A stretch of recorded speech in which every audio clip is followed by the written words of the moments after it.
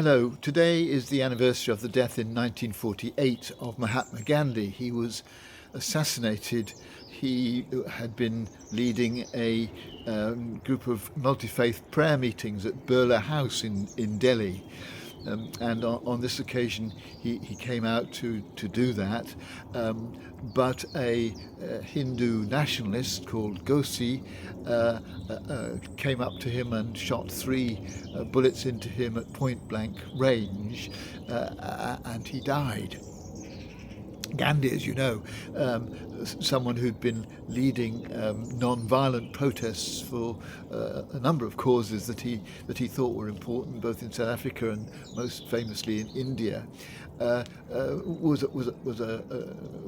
someone who promoted non-violence, and Gosi thought that he was using this technique to support the Muslims, and as a nationalist Hindu, he didn't approve of that. But interestingly, he had tried to assassinate Gandhi before. In 1944, he had led a group of young men and tried to attack him with knives on a similar occasion, but the crowd was too thick for them to get to Gandhi. He was arrested, but Gandhi, because of his policies, refused to press charges, and so Gosi was released.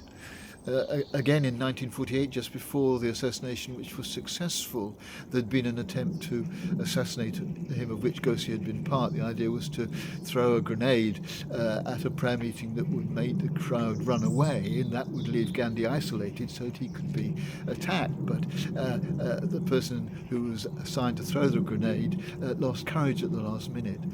But on all these occasions, Gandhi made it clear that he didn't want any action to be taken against those who had attacked him in this way. Effectively, he was forgiving them. And interestingly, even after Gandhi's ultimate assassination, his two sons did not want Gosi and his associates to be hanged. They agreed that he should be imprisoned, but the death sentence on him, which was eventually carried out, was not one that they supported. And so there is about Gandhi, and indeed his family, this sense that forgiveness is key to the non-violent approach to life. And I think forgiveness is such an important part of all our lives.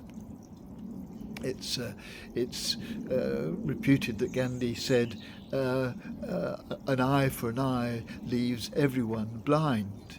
Well, there's no evidence that he actually said that, but it's a truth that if we go on being hostile to each other and never forgiving each other, we'll just end up in total conflict. What's required for the world to live in harmony is for people to forgive.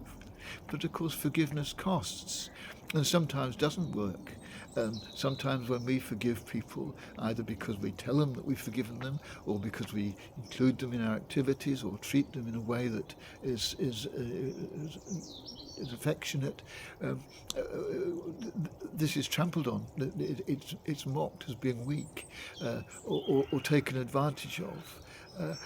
And though our forgiveness of others isn't going to lead to our death, as it did for Gandhi, it can be painful and hurtful and feel unsuccessful. But it's the way that Christ encourages us to live, and in humanitarian terms too, it makes sense, because it is true that if we just go on pursuing conflicts, life gets more and more miserable and self-destructive. And so today I want to put in a word for being forgiving, even at cost to ourselves, as indeed it was for Gandhi.